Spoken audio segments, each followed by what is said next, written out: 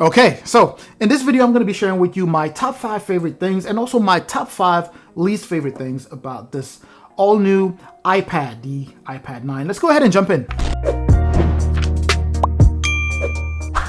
All right, this first one is going to be a very easy one, and that's simply going to be the chipset. This tablet here, the iPad 9, is pushing an 813 Bionic chip, and that is upgraded from the 812 that we had on the iPad 8, and it shows with performance, right? Performance on here is snappier than it was on the iPad 8. Also, when you powering through heavy tasks, the 4-core GPU, very, very good stuff here. I'm able to do a very good level of video editing here, comparable to even some pro tablets, some high mid-range to pro tablets that you would find on the Android platform, right? That is very, very impressive. So despite that old look that you see there, just that upgrade, that chip upgrade is very noticeable, when it comes down to even performance, right? So this guy is also loaded. It has iPad OS 15 sitting on there, and it's also very fluid, right? So all of the new features, you get access to that. Everything flows very, very nicely. So I'm just going to say Apple did a fantastic job implementing that. All right, so the next one here is going to be simply the storage upgrade. So now we have 64 gigs of internal storage. If you remember, the iPad 8 was pushing 32 gigs of internal storage. That's one thing that I absolutely hated on last year's iPad and the previous ones. 32 gigs is just not enough, and it would be enough, maybe not enough.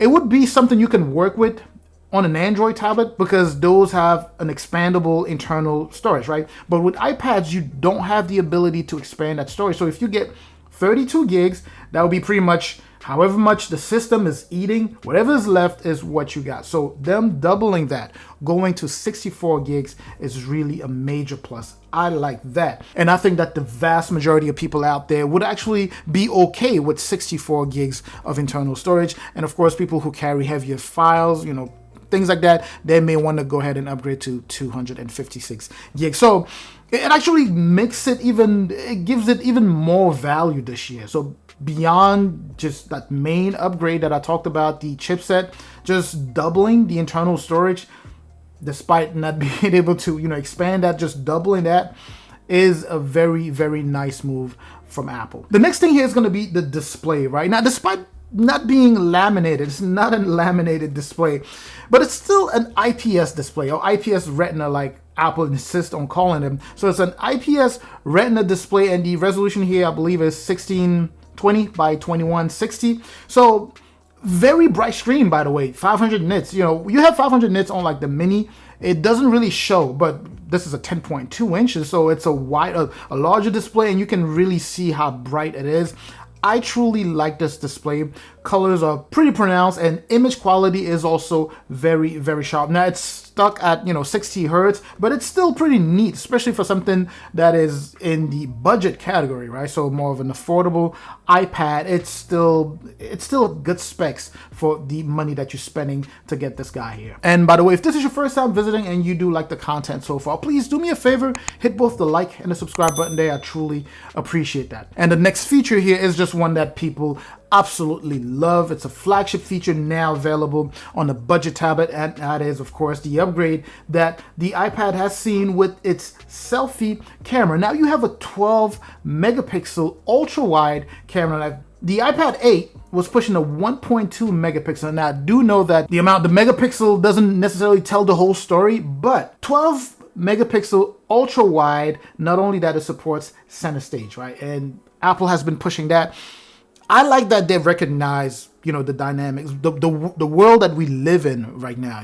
Tons of people find themselves communicating with family members, friends, coworkers, and all that good stuff, doing, through video calls, right? So having center stage here and enhancing that experience is really, really a nice thing. I didn't see this feature going anywhere past the iPad Pro. So to see that they implemented it on the iPad Pro, then the mini, and then this guy, very, very nice move. That is a major upgrade. Even if they had just upgraded just that and maybe the storage, that would have been actually 2 pretty substantial upgrades for this tablet here. But anyway, now the last one is going to be the price. Right now, you may be wondering, well, why is the price a good thing? It's the same price last year, but I'm thinking that price is actually pretty good for what you get. So these upgrades were pretty major, and for them to keep the price as, you know, at $330, as a matter of fact, as of the shooting of this video, you can actually get it for $299. So to me, that's still a very good thing. It's not necessarily a feature on the tablet itself, but that's just one of the favorite things that I wanted to bring up, is that it's priced right. You know, for something like this, 64 gigs of internal storage, new center stage camera that you have there, the new chipset that you have here, $330. That's just a good price, and I don't think too many people can deny that. But anyway, so let's go ahead and move on to the next 5 least favorite things about this tablet. Obviously, the most obvious one is going to be the design, right? So they're stuck with this old looking design. The guy's powerful, but they have to move on to something else. So, you know, the thick bezels at the top, and I think I've confessed in my previous video that, okay, I really love the fingerprint sensor, you know, Touch ID that you have here, which would explain also why they would want to keep a large bezel at the bottom here. And of course, they would want to match that same large bezel with another one at the top.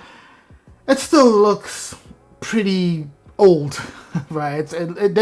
They have to move on to the next one. I bet you this is going to be the last. I believe this is the last generation of iPad that would look like this. I'm pretty sure the next one is going to be following the same trend that the iPad mini that I have here and the other iPads are following, right? So I'm looking forward to that. The next thing here is going to be the speakers, right? So speaker placement specifically at the bottom here. I'm pretty sure you all saw this coming. People who have been watching videos from this channel probably saw this coming, right? So speaker placement is just not great. You know, for people who are gaming, let's say you're gaming and you don't necessarily want to put on your earphones or your headphones, you have your hand. If you have large hands like myself, you're definitely going to be covering the whole sound. So the sound coming out of it, yeah, it's definitely not going to come out. It's just poor speaker placement. And for entertainment, watching movies, still not very nice. And this is actually going to be a very nice segue into the next thing here, which is going to be the lightning port. Come on, dude.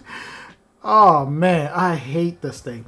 So the lightning port, this guy still does not support USB-C like, you know, the rest of the family. Like newer generation of iPads, so the Pro, the Air, they all, and the Mini, they all support USB. They have moved on to USB-C now. So with this guy, you're still stuck on that slow that slow proprietary port that they have here. The next one here, I believe this is the fourth. This is the fourth one. The fourth one is going to be the fact that the screen is not laminated.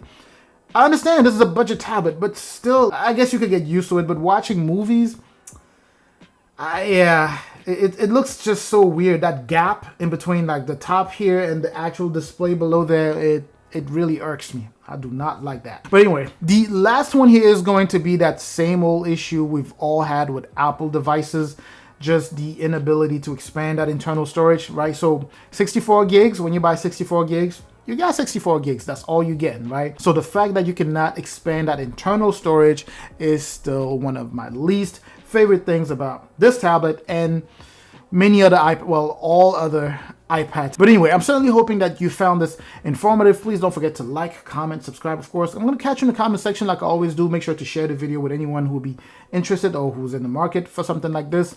Also going to catch you in the next video, like I said. And up until then, of course, as always, stay safe out there.